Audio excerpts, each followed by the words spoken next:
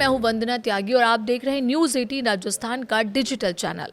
America और Israel लंबे वक्त से एक दूसरे के सबसे करीबी सहयोगी माने जाते हैं, लेकिन ईरान के मुद्दे पर अब दोनों देशों के शीर्ष नेताओं यानी कि अमेरिकी राष्ट्रपति डोनाल्ड ट्रंप और इजरायली प्रधानमंत्री बेंजामिन नेतन्याहू के बीच मतभेद खुलकर सामने आने लगे हैं। जब अमेरिका और इजराइल ने ईरान के खिलाफ सैन्य कार्रवाई शुरू की थी, तब इसे दोनों देशों का संयुक्त अभियान माना गया।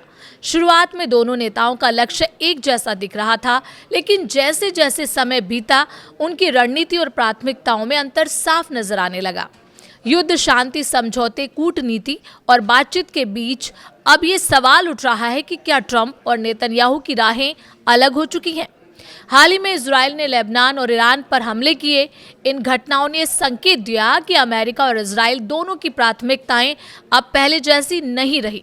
दरअसल राष्ट्रपति ट्रंप ने सार्वजनिक रूप से इजराइल को चेतावनी दी थी कि वो लेबनान की राजधानी बेरूत पर हमला ना करे, लेकिन इसके बावजूद रविवार को इजराइल ने हमला कर दिया। इसके जवाब में ईरान ने अप्रैल में हुए युद्ध विराम के बाद पहली बार इजराइल पर बैलिस्टिक मिसाइलें दागी। इसके बाद इजराइल ने भी ईरान पर जवाबी हमला किया।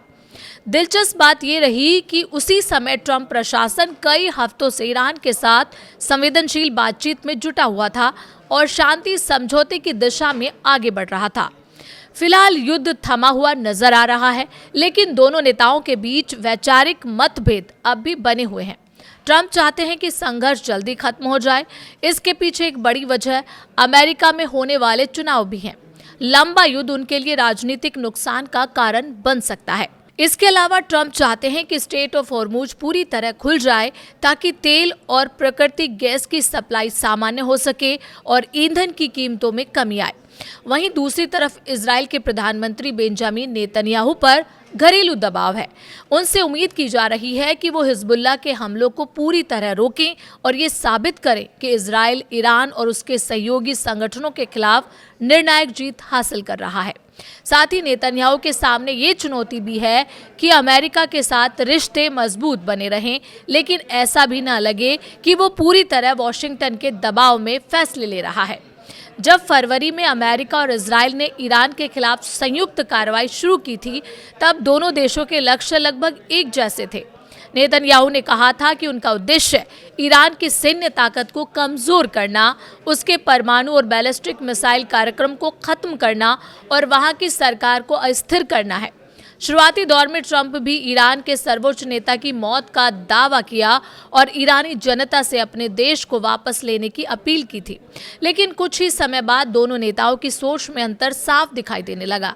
ट्रंप जल्दी और सीमित सफलता चाहते थे, जबकि नेतन्याहू लंबे समय तक सैन्य अभियान चलाकर ईरान और उसके सहयोगी संगठनों को पूरी तरह कमजोर करना चाहते थे। जैसे जैसे युद्ध लंबा खिंचता गया और स्ट्रेट ऑफ हॉर्मुज बंद रहा, दोनों देशों की परेशानी भी बढ़ने लगी। अमेरिका में पेट्रोल और दूसरी जरूरी चीजों की कीमतें बढ़ गई। ट्रंप के विरोधियों ने उन पर चुनावी दावे तोड़ने और अमेरिका को एक और पश्चिमी एशिया संघर्ष में धकेलने का आरोप लगाया। उधर इजराइल में भी लोगों की नाराजगी बढ़ने लगी। अक्टूबर 2023 में हमास के हमले के बाद शुरू हुए संघर्ष को 2 साल से ज़्यादा समय बीत चुका है, लेकिन अब भी हमास गाजा के कुछ हिस्सों में सक्रिय है।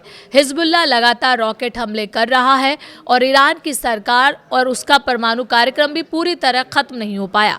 दोनों नेताओं के बीच सबसे बड़ा मतभेद लेबनान को लेकर सामने आया है। ईरान चाहता है कि किसी भी क्षेत्रीय युद्ध विराम समझौते में लेबनान को भी शामिल किया जाए। माना जा रहा है कि समझौते को आगे बढ़ाने के लिए ट्रंप इस मांग को स्वीकार करने के पक्ष में है, लेकिन इजराइल, लेबनान और ईरान के मोर्चों को अलग अलग रखना चाहते हैं और दक्षिणी लेबनान में तब तक सैन्य अभियान जारी रखना चाहते हैं जब तक हिजबुल्लाह का खतरा पूरी तरह खत्म नहीं हो जाता। पिछले हफ्ते ट्रंप ने खुद स्वीकार किया कि लेबनान के मुद्दे पर उनकी नेतन्याहू के साथ तनावपूर्ण बातचीत हुई थी। उन्होंने ये भी कहा कि इजराइल की सैन्य कार्रवाई ईरान के साथ चल रही बातचीत को प्रभावित कर रही है और इजराइल को संयम बरतना चाहिए। ट्रंप ने यहाँ तक दावा किया कि अंतिम फैसला वही लेते हैं, नेतन्याहू नहीं। हालांकि दोनों देशों के अधिकारी इन मतभेदों को ज्यादा महत्व नहीं दे रहे हैं। नेतन्याहू ने हालिया हमलों के बाद कहा कि इजराइल को आत्मरक्षा का पूरा अधिकार है और जरूरत पड़ने पर वो इसका इस्तेमाल करता रहेगा। उन्होंने ट्रंप को अपना मित्र बताते हुए कहा कि दोनों नेताओं के बीच बातचीत सम्मानजनक और सकारात्मक रही। इस बीच एक और दिलचस्प घटना सामने आई। रिपोर्ट्स के मुताबिक नेतन्याहू उस समय हैरान रह गए जब ट्रंप ने ईरान पर प्रस्तावित हमला अचानक रद्द कर दिया। ट्रंप का कहना था कि तेहरान के नेताओं ने मध्य पूर्व में संघर्ष रोकने के लिए तैयार किए गए समझौते के मसौदे को मंजूरी दे दी है। रिपोर्ट्स में यह भी दावा किया गया कि हाल के दिनों में नेतन्याहू को अमेरिका और ईरान के बीच चल रही बातचीत की पूरी जानकारी नहीं थी और वो ट्रंप प्रशासन के करीबी लोगों से जानकारी जुटाने की कोशिश कर रहे थे। विश्लेषकों का मानना है कि अब अमेरिका और इजराइल के हित पूरी तरह एक जैसे नहीं रहे हैं। ट्रंप नवंबर में होने वाले चुनाव से पहले पेट्रोल की कीमतें कम रखना चाहते हैं और युद्ध खत्म करने के पक्ष में हैं। वहीं नेतन्याहू अपने घोषित सैन्य लक्ष्यों को पूरा करने के दबाव में हैं और वो ईरान और उसके सहयोगियों के खिलाफ अभियान जारी रखना चाहते हैं। यही वजह है कि आज ट्रंप और नेतन्याहू कई अहम मुद्दों पर आमने सामने दिख रहे हैं और समय समय पर दोनों के बयानों में भी मतभेद साफ नजर आ रहा है। अब आगे क्या होगा, ये आने वाले दिनों में अमेरिका ईरान बातचीत, इजराइल की सैन्य रणनीति और पूरे पश्चिम एशिया की बदलती राजनीतिक परिस्थितियों पर निर्भर करेगा।